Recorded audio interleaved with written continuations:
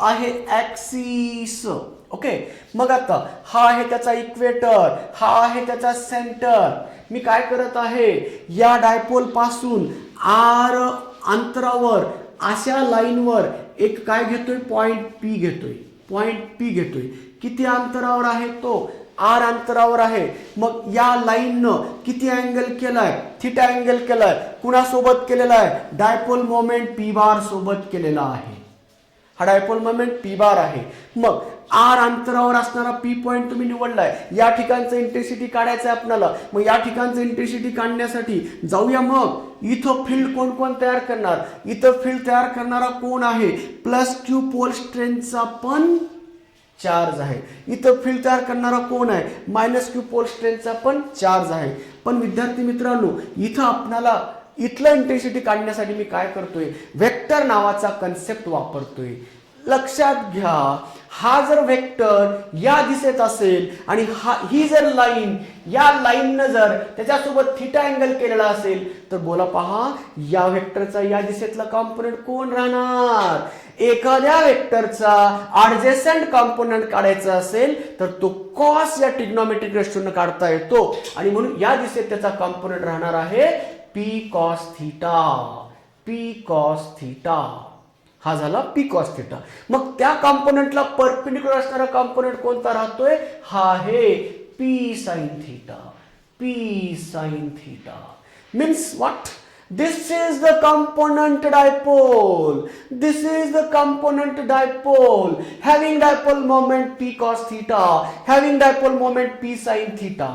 इथं dipole moment P cos theta आहे, इथला dipole moment P sine theta आहे. हा कोण आहे, मग डायपोल मोमेंट आहे. मग डायपोल मोमेंट पी बार असणारा डायपोल घेतलाय, हा रियल डायपोल आहे विद्यार्थ्यांनो. हा इलेक्ट्रिक डायपोल रियल आहे, पण हे त्याचे कंपोनंट डायपोल आहेत. हा सुद्धा कंपोनंट डायपोल आहे. कंपोनंट म्हणजेच ज्यांचा तो रिझल्टंट असतो त्याला कंपोनंट म्हणायचं असतं. म्हणून हा आपला जो रियल डायपोल मोमेंट आहे किंवा रियल डायपोल आहे, त्याचा मोमेंट म्हणजे रिझल्टंट आहे. कुणाचा रिझल्टंट आहे, तर दोन कंपोनंट डायपोल मोमेंटचा रिझल्टंट आहे. हे आपलं व्हेक्टर कन्सेप्ट वापरत आहे मी. चला मग आता या आपलं नॉलेज वापरायचं आहे आपल्याला. लक्षात घ्या बाळांनो, हा डायपोल कंपोनंट जरी असला ना, हा डायपोल कंपोनंट जरी असला ना, तर या डायपोलचा डायपोल मोमेंट कितीचा आहे, पी कॉस थिटाचा आहे. मग लक्षात घ्या, ज्याचा dipole moment P cos theta आहे, त्या डायपोलच्या ऍक्सिस वर तुमचा पी पॉइंट आहे. किती अंतरावर आहे, आर डिस्टन्स वर आहे. तर मग आपली अक्कल वापरायची आता. आर डिस्टन्स वरचा पी पॉइंट आहे, डायपोल वरच्या ऍक्सिस वर आहे. त्या डायपोलचा मोमेंट किती आहे, पी कॉस थिटा. तर चला मग intensity due to dipole on the ऍक्सिसचं सूत्र वापरा. म्हणून electric field intensity due to dipole E1 equal to कोणता फॉर्म्युला वापरणार, ऍक्सिस वरचा फॉर्म्युला वापरणार. काय सूत्र आहे, 2kp divided by R cube. परंतु instead of p we have to use p cos theta. का बरं, कारण की ज्या डायपोलच्या ऍक्सिस वर तो पॉइंट आहे ना, त्या डायपोलचा मोमेंट p नसून p cos theta आहे. म्हणून p cos theta. तर हा झाला electric field intensity at a P point due to the dipole having dipole moment p cos theta is given by this formula. Similarly, electric field intensity at the same point due to this dipole. या डायपोलनं तयार केलेलं field intensity काढायचं आहे, पण हा तोच point P या डायपोलच्या इक्वेटरवर येतोय. कारण या डायपोलचा हा परपेंडिक्युलर लाईन आहे, ऍक्सिस असा आहे आणि हा इक्वेटर येतोय. मग या डायपोलचा मोमेंट पी साइन थिटा आहे. ज्याचा dipole moment P sine theta आहे, त्या शॉर्ट डायपोलच्या इक्वेटरवर पी पॉइंट येतो. किती अंतरावर येतो, आर. आणि आता ते सुद्धा शिकलोय आपण. म्हणजेच electric field intensity due to the dipole, short dipole having dipole moment P sine theta is given by फक्त K P sine theta divided by R square.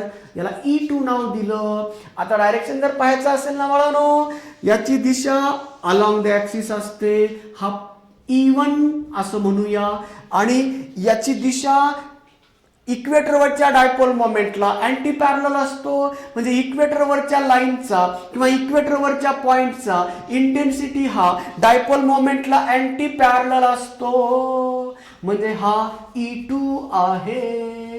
हा E2 हा E1 या दोघांचा रिझल्टंट काढायचा असेल तर तुम्हाला इथं प्रिन्सिपल ऑफ पॅरललोग्राम वापरायचा असतो. हा आहे रिझल्टंट इंटेन्सिटी E. म्हणजेच E1 बार हा intensity because of the axial point, E2 हा intensity because of the equatorial point. मग हा P पॉइंट एका लाईनवर आहे, परंतु ती लाईन म्हणजे एका डायपोल मोमेंटचा कंपोनंट असू शकतो. कॉस कंपोनंट आणि साइन कंपोनंट. या P चा cos component P cos theta त्याच्या ऍक्सिसवर असल्यामुळे E1 लिहिलं. त्यानंतर हाच पॉइंट ज्याचा dipole moment P sine theta आहे त्याच्या इक्वेटरवर आहे म्हणून इक्वेटरचा फॉर्म्युला वापरला, E2 लिहिलं. आता पुढे जातोय. मग प्रिन्सिपल ऑफ पॅरलोग्राम काय सांगतं? रिझल्टंट इंटेन्सिटी म्हणजेच अंडर रूट ऑफ E1 चा स्क्वेअर प्लस E2 चा स्क्वेअर. चला या दोघांचा स्क्वेअर करूया, ऍड करूया, रूटच्या बाहेर काढूया. काय येतं पहा, याचं येतं K square P square 4 cos square divided by r⁶ plus पुढे कंटिन्यू करा K square P square sine square theta divided by r⁶. Common काय निघतं? कॉमन हटाओ बाहेर, K P divided by r³ रूटच्या आतमध्ये राहतं 4 cos square theta plus sine square theta. पण या 4 कॉस स्क्वेअर थीटा मधला एक cos square theta sine square theta सोबत जोडा आणि तिथं बनतो काय 1 म्हणून k p divided by r³ under root 3 cos square theta plus 1. This is an expression for electric field intensity on the line which makes an angle theta with dipole moment at a distance r. हा झाला विद्यार्थ्यांनो general formula for electric intensity. पण हा short डायपोलच्याच लाईनवर आहे म्हणून ज्या लाईननं dipole moment सोबत थीटा अँगल केलेला आहे त्या लाईनवर r डिस्टन्सवरच्या पॉइंटचा इलेक्ट्रिक इंटेन्सिटी काढण्यासाठी आपण हा फॉर्म्युला वापरू शकता. काढलेला फॉर्म्युला हा करेक्ट आहे का नाही थोडक्यात व्हेरीफाय करून घ्या, त्याला टॅली करून घ्या. समजा बाळांनो हा तुमचा पॉइंट जर ऍक्सिसवर राहिला असता तर थीटा 0 झाला असता आणि थीटा 0 झाला कॉस 0 1 झाला असता. 1 × 3 3 झाला असता. 3 + 1 4 झाला असता. 4 चा स्क्वेअर रूट 2 आला असता. म्हणून ई इक्वेटरचा ई ऍक्सिसचा फॉर्म्युला तयार झाला का नाही बघा बरं. 2kp/r³ चा फॉर्म्युला तयार झाला. आपण इक्वेटरचा पण फॉर्म्युला काढलोय बघा. समजा तुमचा पॉइंट P हा इक्वेटरवर राहिला असता म्हणजेच इकडे राहिला असता तर थीटा किती झाला असता 90 डिग्री राहिला असता. थीटा 90 झाला कॉस 90 0 झाला. 0 × 3 0 झाला. 0 + 1 1 झाला. 1 चा स्क्वेअर रूट 1 झाला. म्हणजे फॉर्म्युला काय आला kp/r³ झाला. म्हणजेच आपण मिळवलेला फॉर्म्युला जनरल फॉर्म्युला जरी असला तर हा व्हेरीफाय झाला, टॅली झाला म्हणून याला वापरण्याचा आपल्याला अधिकार प्राप्त झाला. पण लक्षात घ्या हा फॉर्म्युला वापरताना कंडिशन नंबर 1 आपला डायपोल शॉर्ट असला पाहिजे. नंबर 2 तुमचा पॉइंट अशा लाईनवर आहे की ज्याने थीटा अँगल केलेला आहे डायपोल मोमेंट सोबत r अंतरावर आहे. पुढची समस्या अशी आहे what is the direction of the resultant intensity at that point. मग डायरेक्शन सांगायचं असेल तर तुम्हाला अँगल डिफाईन करावा लागतो. Let us define the alpha angle which made by the intensity with the line. ज्या लाईनवर तो पॉइंट P घेतलाय त्या रेषेसोबतचा अँगल अल्फा बनवलाय रिझल्टंट इंटेन्सिटीनं. तर त्याला डिफाईन करायचं असेल तर direction of the resultant intensity can be explained by the tan of that alpha equal to E2 divided by E1. Opposite side he E2 ची आहे आणि adjacent साइड ही E1 ची आहे. E2 इथं आहे, E1 इथं आहे, E2 इथं आहे. मग E2 डिवाइड बाय E1 जर केलं हे काही गोष्टी कटून जातील आणि तुमच्या या सूत्रामध्ये राहतं काय tan of theta divided bye 2 येतं. म्हणजेच अल्फा डिफाईन झाला tan inverse of tan theta divided bye 2. Using this value of alpha, we can decide the direction of resultant intensity with respect to the angle made by this dipole moment और angle made by this line. तुम्हाला कसं विचारलंय option कडे बघायचं बरं. Angle तुम्हाला दिलेला असतो, हा 60 दिला आणि हा 13 डिग्री आला समजा फॉर एक्झाम्पल, हा 60 दिला हा 15 डिग्री आला आणि रिझल्टंट इंटेन्सिटीनं डायपोल मोमेंट सोबतचा अँगल किती केला असं विचारलं, दोघांची ऍडिशन करायची. म्हणजे angle made by resultant intensity E bar with dipole moment P bar जर आलं तर अल्फा प्लस थीटा सांगायचा. जर angle made by resultant intensity with पुन्हा सोबत the line on which that point P is lie, ज्या लाईनवर तो पॉइंट पी आहे त्याच्यासोबतचा अँगल जर तुम्हाला विचारला तर line means what is that line. हा angle made by intensity E bar with line will be alpha. जर तुम्हाला लाईन सोबतचा अँगल विचारला ऑप्शन मध्ये तर तुम्ही अल्फाला सांगा. जर तुम्हाला डायपोल मोमेंट सोबत किंवा ऍक्सिस ऑफ डायपोल सोबतचा जर अँगल विचारला अल्फा मध्ये थीटा ऍड करा. तर विद्यार्थी मित्रांनो, तर आपण आज इलेक्ट्रिक फील्ड जिथं जिथं आपल्याला कुलॉम्स लॉ लागू पडतोय, जिथं जिथं आपल्याला कुलॉम्स लॉ मदतीला वापरू शकतोय, तिथं तिथं आपण काय करू शकतो, इंटेन्सिटी आपण हा फॉर्म्युला कंटिन्यू करू शकतो. म्हणून पॉइंट चार्ज संपला, field due to point charge झालं, field due to isolated charge system झालं, फील्ड ड्यू टू डायपोल सुद्धा संपला. म्हणजेच इलेक्ट्रिक डायपोल इथं संपलेला आहे. नेक्स्ट लेक्चर मध्ये आपण जाऊया field due to extended charge bodies. Hello friends, bye bye.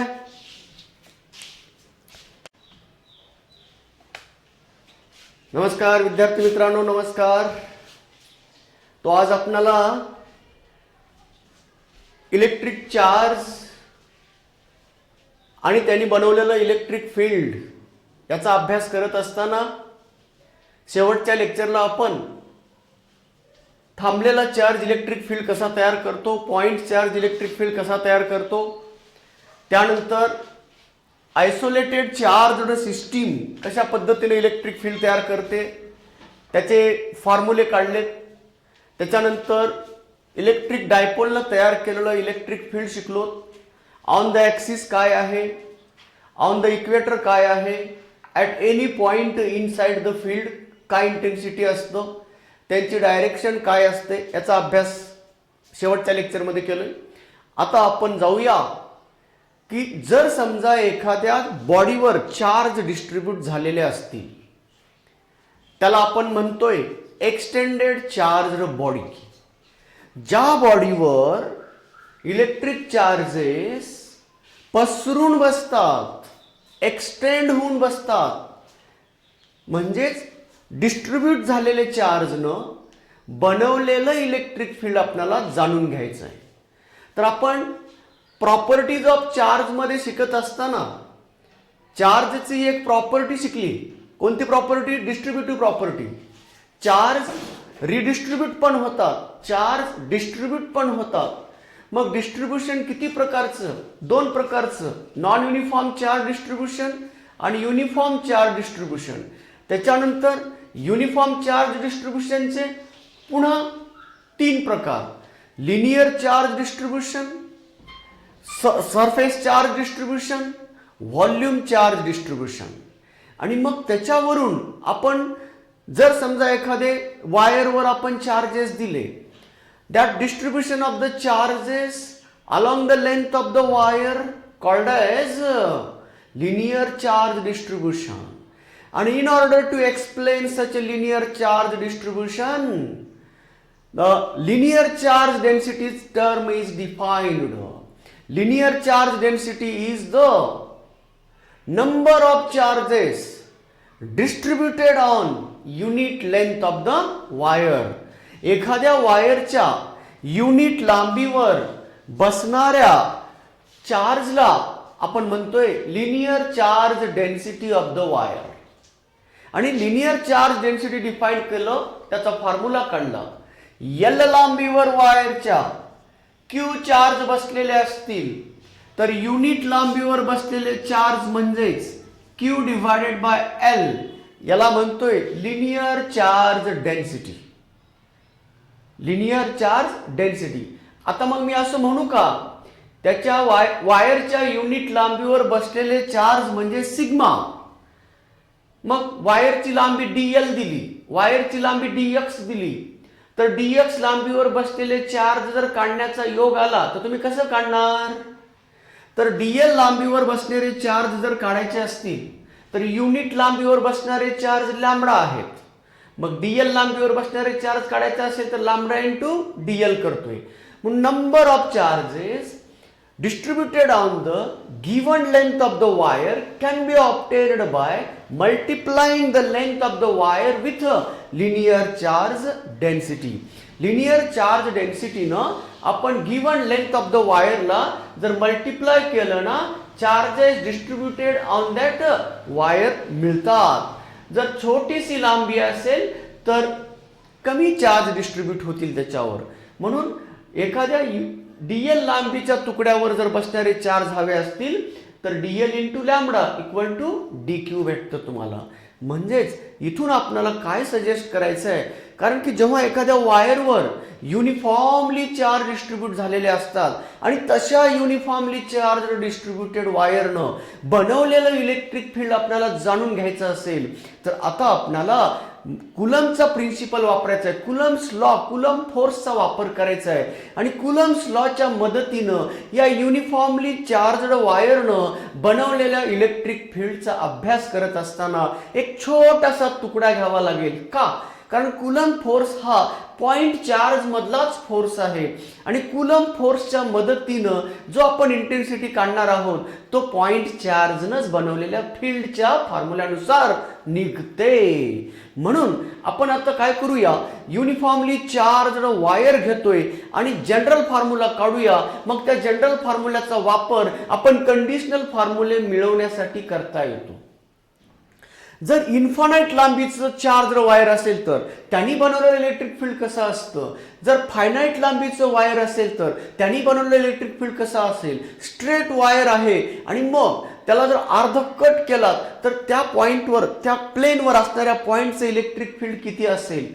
म्हणजे electric field due to infinitely long straight wire, charge straight wire, finitely straight wire, याचा अभ्यास आपल्याला करायचा आहे.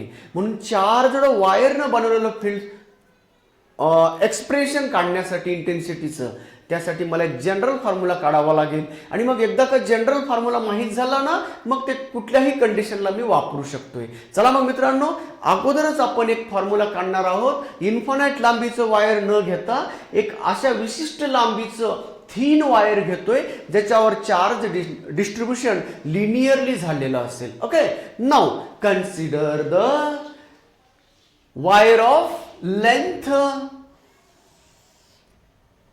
Uniformly charged by charges capital Q. L लांबीचा wire Q charge न त्याला uniformly ते डिस्ट्रीब्यूट झालेले असतील तर असे टोटल चार्ज आपण Q दिलेत आणि L लांबीच्या वायरवर Q चार्ज बसलेत आणि मग यांनी तयार केलेलं फील्ड अशा पॉइंटचं काढायचं आहे की तो पॉइंट या वायर पासून किती अंतरावर आहे, R अंतरावर आहे, R डिस्टन्सवर आहे. ओके, मग R डिस्टन्सवर असणाऱ्या P पॉइंटला इलेक्ट्रिक फील्ड इंटेन्सिटी काढायचं असेल तर मग चला आता इथं चार्ज या वायरवर बसलेले आहेत. Q चार्ज L लांबीच्या वायरवर बसलेले आहेत. तर मग आता काय करणार, हा परपेंडिक्युलर डिस्टन्स मी मोजलेला आहे. R डिस्टन्सवर P पॉइंट आहे, तिथला इंटेन्सिटी काढायचं आहे ना. विद्यार्थी मित्रांनो, मी काय करतोय, एका छोटासा तुकडा घेतोय. याचा छोटासा तुकडा का घेतला, कारण मी इंटेन्सिटी काढण्यासाठी मी पॉइंट चार्जनं बनवलेल्या इंटेन्सिटीचा फॉर्म्युल्याबद्दल मी जाणून आहे. म्हणून पॉइंट चार्जनं बनवलेल्या इंटेन्सिटीचं सूत्र मला काढणं गरजेचं आहे. म्हणून पॉइंट चार्ज मांडण्यासाठी मी छोटासा dl लांबीचा तुकडा घेणार आहे. का? कारण तो छोटासा तुकडा असल्यामुळं काय झालं, या अंतराच्या तुलनेत, या डिस्टन्सच्या तुलनेत त्याची लांबी खूप खूप खूप लहान आहे. मग मी या पॉइंटसाठी तो पॉइंट चार्ज पार्टिकल झाला. मग पॉइंटचा एक छोटासा तुकडा असल्यामुळे पॉइंट चार्ज झाला. मग पॉइंट चार्जनं एवढ्या डिस्टन्सवर तयार केलेली इंटेन्सिटी मला काढता येते ना. म्हणून त्याचं सूत्र मला पॉईंट चार्जनं बनवलेलं इंटेन्सिटीचं सूत्र वापरायचं आहे ना, कुलम्स लॉ वापरायचं आहे ना, त्याच्यासाठी मला इथं पॉईंट चार्ज म्हणावा लागतो. Consider a small element of length dl at a distance l from point O. Point O पासून l डिस्टन्सवर dl लांबीचा तुकडा घेतला. l डिस्टन्सवर dl लांबीचा तुकडा घेतला आणि ज्याच्यावर चार्ज किती आहेत मी अगोदरच काढून ठेवले. dl लांबीच्या तुकड्यावर चार्ज किती राहणार आहे, dq म्हणजे लॅम्बडा इंटू dl. ओके बेटा, चला आता पुढे मग मला सांगा बाळांनो, याच्यावर जे चार्ज dq मांडलेत ना, हे पॉइंट चार्ज आहेत. पॉइंट का म्हणतोय, हा छोटासा तुकडा घेतला अगदी बारीक, म्हणून याने इथं तयार केलेला इंटेन्सिटी काढायचं आहे. मग इथं तयार केलेली इंटेन्सिटी ही या दिशेत राहणार आहे, अवे फ्रॉम पॉझिटिव्ह चार्ज असतं ना. मग छोटासा तुकड्यावरच्या छोट्याशा dq चार्जनं तयार केलेली इंटेन्सिटी छोटीशी आहे de. de हा electric field intensity due to the charges present on the that small element of length dl having charges dq equal to lambda into dl. मग चला आता मग हा अंतर l आहे, हा अंतर r आहे आणि हा अंतर थीटा आहे. ओके, मग थीटा अँगल करणाऱ्या या लाईननं इथं तयार केलेलं फील्ड इंटेन्सिटी असेल तर हा अंतर किती झाला मग, R square plus L square. हा आहे distance of the point P from this charge element of length dl. मग आता आपण वापरू शकतो, what is the electric field intensity due to the point charge dq at this distance will be given by de equal to k dq divided by distance चा square. Distance चा square म्हणजेच under रूटचा square करतोय, under root निघून जातं, राहतं काय मग R square plus L square. R square plus L square. This is an expression for what electric field intensity at the point P due to the charges present on the element of length dl. dl लांबीच्या तुकड्यावर असणाऱ्या चार्जेसने तयार केलेली field intensity. मग चला याची दिशा पण सांगितलेली आहे या दिशेत. मग मला सांगा, हा जो इलेक्ट्रिक फील्ड इंटेन्सिटी आहे ना बाळांनो, ही नायदर हॉरिझॉन्टल नॉर व्हर्टिकल आहे.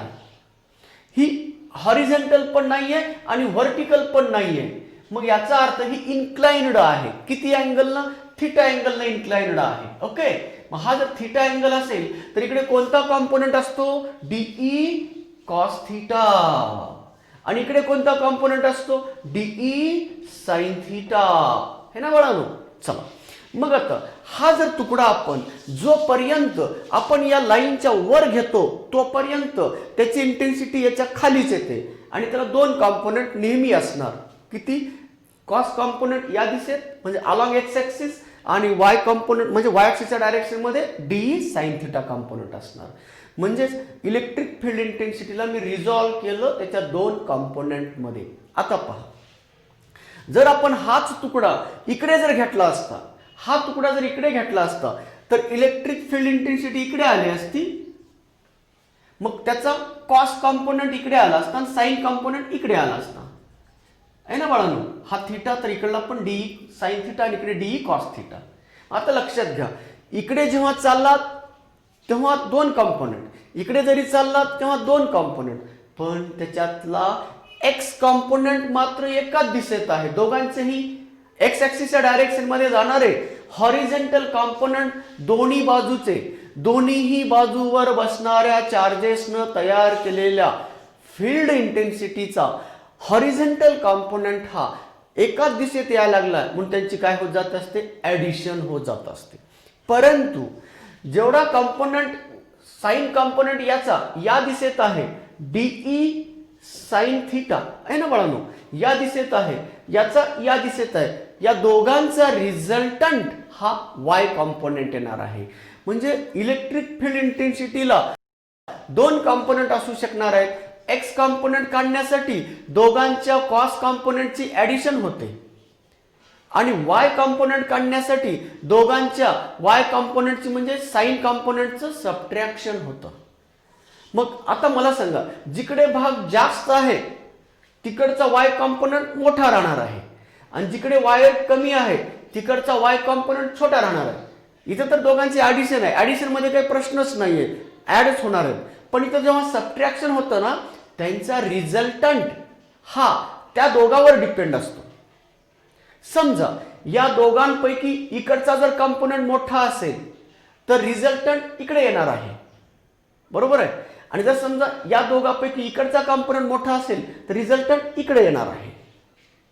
डिपेंड कशावर, इकडे किती वायर लांब आहे, इकडे किती लांब आहे. मग मी काय करतोय, फायनाईट लांबीचं वायर आहे ना, मग समजा मी इकडची मर्यादा डिफाईन करतोय. समजा हे जे टोक आहे ना इथून जर हा अँगल ड्रॉ केला तर हा θ2 असं मानतोय. इकडचा अँगल थीटा किंवा बीटा माना. ओके, बीटा, अल्फा बीटा मध्येच बोलू. हा बीटा अँगल आहे. ओके, आणि इकडच्या टोकानं तयार केलेला अँगल हा अल्फा अँगल आहे. सॉरी, लिहिलोय मी, बोललोय बीटा आणि लिहिलोय अल्फा. तर हा बीटा अँगल आहे आणि हा अल्फा. इकडची जेवढी लांबी आहे त्यांनी इथं बनवलेला अँगल अल्फा आहे, इकडची जेवढी लांबी आहे त्यांनी बनवलेला अँगल हा बीटा आहे. म्हणजे हे शेवटची मर्यादा इकडची वरची आणि ही शेवटची मर्यादा खालची आहे. मग आता शेवटचा अँगल इथला किती राहणार आहे, अल्फा. शेवटचा अँगल इथला किती राहणार आहे, बीटा. ओके, चला मग अगोदर विचार करूया आपण. लक्षात घ्या बाळांनो, समजा मी शेवटचा विचार करतोय. इकडे काय राहणार, शेवटचा याला इकडे डीई राहणार, इकडे डीई कॉस थिटा आणि इकडे d E sine theta. D E cos beta, d E cos beta, कारण अँगल आता बीटा करतोय शेवटची बॉर्डर. काय झालं, इकडे डीई कॉस बीटा आणि इकडे काय झालं, डीई साइन बीटा झाला. ओके, आता लक्षात घ्या, इकडच्या टोकाला या तर हा इकडे जाणार आहे. ओके, मग हा डीई असेल तर इकडे काय राहणार, डीई कॉस अल्फा आणि इकडे काय राहणार, डीई साइन अल्फा राहणार. मग आता सरळ सरळ एक्झाम्पल आहे बाळांनो. मग वाय एक्स कॉम्पोनंट काढायचा असेल तर काय आलं सांगा बरं, डीई कॉस थीटा म्हणजे DE cos alpha plus DE sine alpha. म्हणजेच X component of electric field intensity equal to DE into cos of alpha plus cos of beta. DE बघा ना दोघांचे, लक्षात आलं का. म्हणजे रिझल्टंट कंपोनंट एक्स ऍक्सिसच्या डायरेक्शन मध्ये जाणारा कंपोनंट म्हणजे DE cos alpha plus DE cos beta. आता पहा, वाय कंपोनंट जर काढायचा असेल या शेवटच्या अँगलचा इकडे कोण आहे, डीई आहे, इकडे डीई कॉस बीटा आणि इकडे काय होता, डीई साइन बीटा, होय ना. आता बघा याच्यासाठी काय होता, इकडे डीई होता, इकडे डीई कॉस अल्फा, इकडे डीई साइन अल्फा. ओके, मग आता इकडे दोघे एका दिशेत चालेत ना, कोण कोण, डीई कॉस बीटा आणि डीई कॉस अल्फा. मग दोघांची ऍडिशन झाली आणि एक्स कॉम्पोनंट इथं डिफाईन झाला. तसं वाय कॉम्पोनंट बघा, वाय कॉम्पोनंट मध्ये काय होतं, आता इकडे कोण आहे, डीई साइन अल्फा, इकडे कोण आहे, d E cos alpha cos sine beta.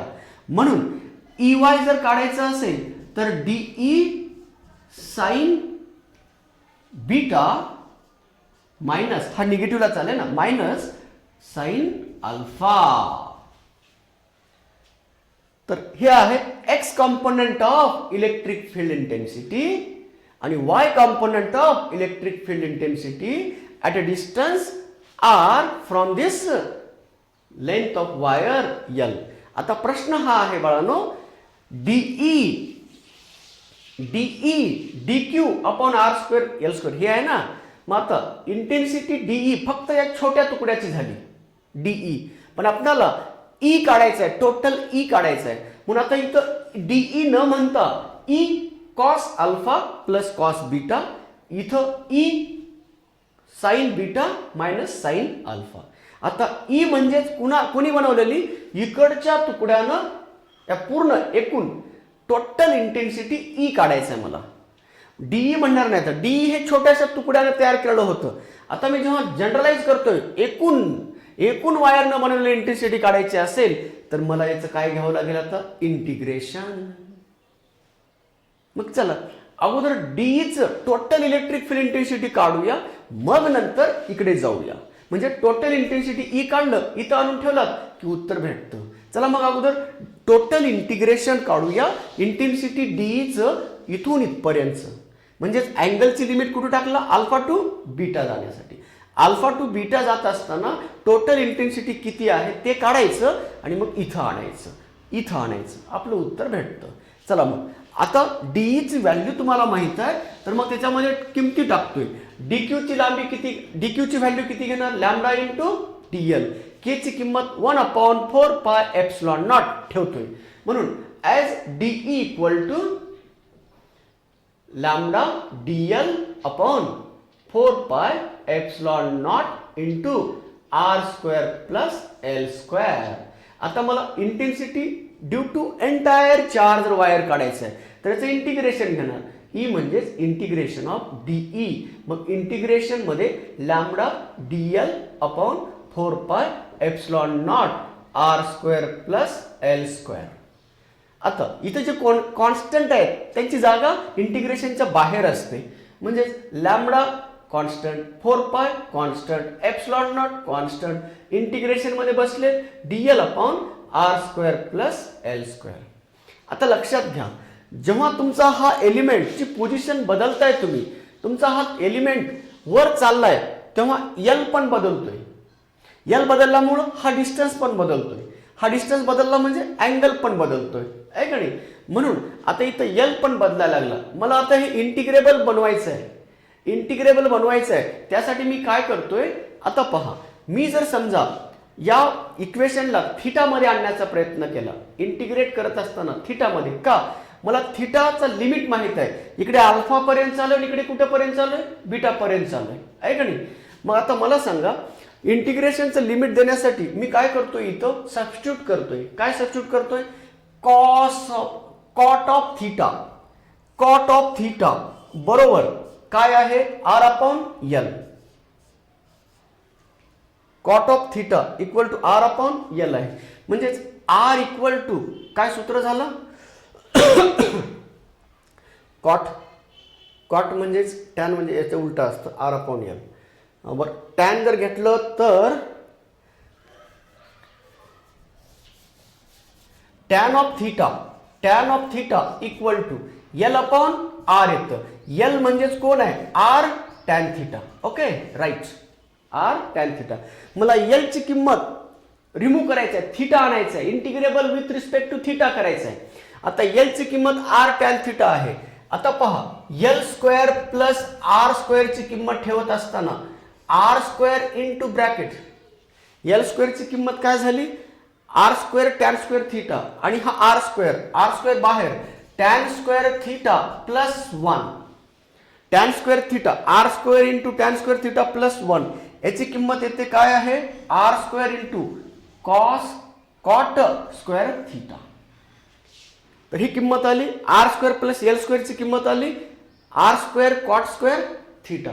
चला मग आता किमती ठेवूया. आणि डीएल ची किंमत किती येते बघा, डीएल ची किंमत, तर डीएल ची किंमत येते derivative of L with respect to theta घ्यायला लागले, आर इंटू टॅनचा डेरिव्हेटिव्ह सेक स्क्वेअर थीटा. म्हणजेच हा सेक स्क्वेअर थीटा येतो बाळांनो, सेक स्क्वेअर थीटा. आता डीएल ची सेक स्क्वेअर थीटा, टॅनचा derivative sec square theta. Okay, मग आता डीएल ची किंमत ही ठेवा, आर स्क्वेअर प्लस एल स्क्वेअरची किंमत ही ठेवा, सेक स्क्वेअर थीटा कटून जाईल. मग इथं इंटू डी आर राहिलं, इंटू डी थीटा राहिलं ना, इंटू डी थीटा. ओके, मग सेक स्क्वेअर थीटा कटून जाईल, आर आणि आर सोबतचं रिलेशन तिथे भेटेल आणि मग आपल्याला फॉर्म्युला तयार मिळेल. तर मग किंमत ठेवा lambda upon 4 pi epsilon not. चला, डीएल ची किंमत काय ठेवणार, R sec square theta into D theta divided by हा R square plus L square ची R square sec square theta. Cut खटाखट. म्हणजेच इंटेन्सिटीचं सूत्र आलं lambda divided by 4 pi epsilon naught R into yes. म्हणजेच हे पूर्ण इथं संपलं. म्हणजे हा झाला ई ची किंमत lambda divide by 4 pi epsilon naught R. मग हे जेव्हा मिळालं तुम्हाला, मग आता थांबायचं नाही, मग एक्स कॉम्पोनंट मध्ये नेऊन ठेवा ई. तर मग X component of the electric field intensity E equal to lambda upon 4 pi epsilon naught R into cos of alpha plus cos of beta. आता y कॉम्पोनंट काढायचा असेल तर lambda upon 4 pi epsilon naught R into sine of beta minus sine of alpha. संपलं. हा x component मिळाला, हा Y component मिळाला आणि मग रिझल्टंट इंटेन्सिटी काढण्यासाठी E bar equal to E X I cap plus E Y J cap. मग या साह्यानं आपण electric field intensity due to charge wire of finite length काढू शकतो. कधी कभी आपणाला इथला अँगल न देता इथला देतात. हा थीटा 2 हा थीटा 1. घाबरायचं नाही. इथला अँगल दिलाय ना, ओके, इथल्या अँगलची लिमिट सांगितलंय ना, हो, मग इथल्या अँगलची पण लिमिट सांगता येते. जिथं अल्फा आहे तिथं 90 मायनस थीटा 1 ठेवा, जिथं बीटा आहे तिथं 90 मायनस थीटा 2 ठेवा. म्हणजे साईनच्या जागी कॉस आणि कॉसच्या जागी साईन येतो, राईट. म्हणून जर समजा थीटा 1 आणि थीटा 2 मध्ये पाहिजे असेल तर एक्सप्रेशन असं येतं, EX ची किंमत येते lambda divided by 4 pi epsilon naught R into sine of theta 2 minus sine of theta 1. म्हणजे कॉसची जागा साईनला येते आणि मायनस साईन मध्ये असतं, निगेटिव्ह साईन मध्ये येतं. त्याच्यानंतर EY ची व्हॅल्यू येते lambda upon 4 pi epsilon naught R into bracket cos of theta 1 plus cos of theta 2. म्हणजे जेव्हा कॉस मध्ये रूपांतर होतं ना ऍडिशन येणार, साइन मध्ये जेव्हा रूपांतर होते ना तेव्हा सबट्रॅक्शन असतं. म्हणून विद्यार्थी मित्रांनो, electric field due to straight charged wire of